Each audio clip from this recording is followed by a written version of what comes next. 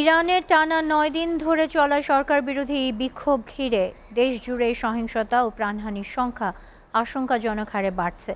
মানবাধিকার কর্মীদের দেয়া তথ্যানুযায়ী নিরাপত্তা বাহিনীর সঙ্গে সংঘর্ষে এ পর্যন্ত অন্তত ৩৫ জন নিহত হয়েছেন। আটক করা হয়েছে ১,২০০ জনকে। লাগাতার মূল্যস্ফীতির জেরে দেশের অর্থনৈতিক পরিস্থিতি ক্রমশ খারাপের দিকে যাচ্ছে। আরও থাকছে ডেস্ক প্রতিবেদনে। ইরানে টানা ৯ দিন ধরে চলা সরকার বিরোধী বিক্ষোভ ঘিরে দেশজুড়ে সহিংসতা ও প্রাণহানির সংখ্যা আশঙ্কাজনক হারে বাড়ছে। মানবাধিকার কর্মীদের দেওয়া তথ্য অনুযায়ী নিরাপত্তা বাহিনীর সঙ্গে সংঘর্ষে এ পর্যন্ত অন্তত ৩৫ জন নিহত হয়েছেন। আটক করা হয়েছে ১,২০০ জনকে। লাগাতার মূল্যস্ফীতির জেরে দেশের অর্থনৈতিক পরিস্থিতি ক্রমশই খারাপের দিকে যাচ্ছে। গত ৩ বছরের মধ্যে এটি ইরানের সবচেয়ে বড় বিক্ষোভ বলে মনে করা হচ্ছে। ভঙ্গুর অর্থনীতি ও ক্রমবর্ধমান আন্তর্জাতিক চাপের মধ্যে এমন এক নাজুক সময়ে এই আন্দোলন শুরু হওয়ায় আগের বিক্ষোভগুলোর তুলনায় এবার দেশটির জ্যেষ্ঠ কর্মকর্তাদের বক্তব্যে কিছুটা নমনীয় সুর লক্ষ্য করা গেছে।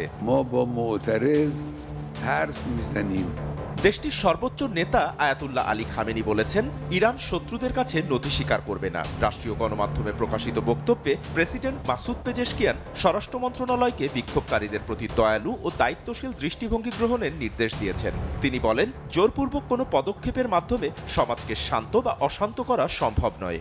باید حرف بزنن مسئولین با معترض اما با اغتشاشگر حرف زدن فایده ای نداره. اغتشاشگر رو باید به جای خودش نشان. ইরানের বিপ্লবী গার্ড বাহিনীর ঘনিষ্ঠ বার্তা সংস্থা ফার্স নিউজ জানিয়েছে, বিক্ষোভ চলাকালে নিরাপত্তা বাহিনীর ব্যাপক ক্ষয়ক্ষতি হয়েছে। তাদের দাবি অনুযায়ী প্রায় ২৫০ জন পুলিশ সদস্য এবং স্বেচ্ছাসেবী বাহিনী বাসিজের ৪৫ জন সদস্য আহত হয়েছেন। পরিস্থিতি নিয়ন্ত্রণে আনতে কিছু এলাকায় সরাসরি গুলি ব্যবহারের অভিযোগ উঠলেও দেশটির অন্তত ৮৮টি শহরের ২৫৭টির বেশি স্থানে বিক্ষোভ ও শ্রমিক ধর্মঘট অব্যাহত রয়েছে। এদিকে মার্কিন প্রেসিডেন্ট ডোনাল্ড ট্রাম্প হুঁশিয়ারি দিয়ে বলেছেন, বিক্ষোভকারীরা সহিংসতার শিকার হলে যুক্তরাষ্ট্র তাদের সহায়তায় এগিয়ে আসবে। কি ধরনের পদক্ষেপ নেওয়া হবে তা স্পষ্ট না করে তিনি বলেন, আমরা প্রস্তুত আছি। এই বক্তব্যের পর ইরানের উচ্চপদস্থ কর্মকর্তারা ওই অঞ্চলে মার্কিন বাহিনীর উপর পাল্টা আঘাতের হুমকি দেন।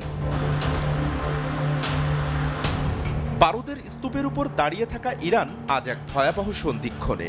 রাজপথে ক্ষোভের আগুন, রাষ্ট্রযন্ত্রে চাপা উত্তেজনা আর আন্তর্জাতিক অঙ্গনে যুদ্ধের হুঁশিয়ারি, সব মিলিয়ে এক অজানা ভবিষ্যতের দিকে এগোচ্ছে দেশটি। এই বিক্ষোভ কেবল দ্রব্যমূল্যর প্রতিবাদ নয়, এটি ভয়ের নীরব দেওয়াল ভাঙার একটি আর্তনাদ। প্রশ্ন এখন একটাই, ক্ষমতা কি জনগণের কণ্ঠস্বর শুনবে, নাকি ইতিহাসে আরেকটি রক্তাক্ত অধ্যায় লিখে যাবে ইরানের রাজপথে?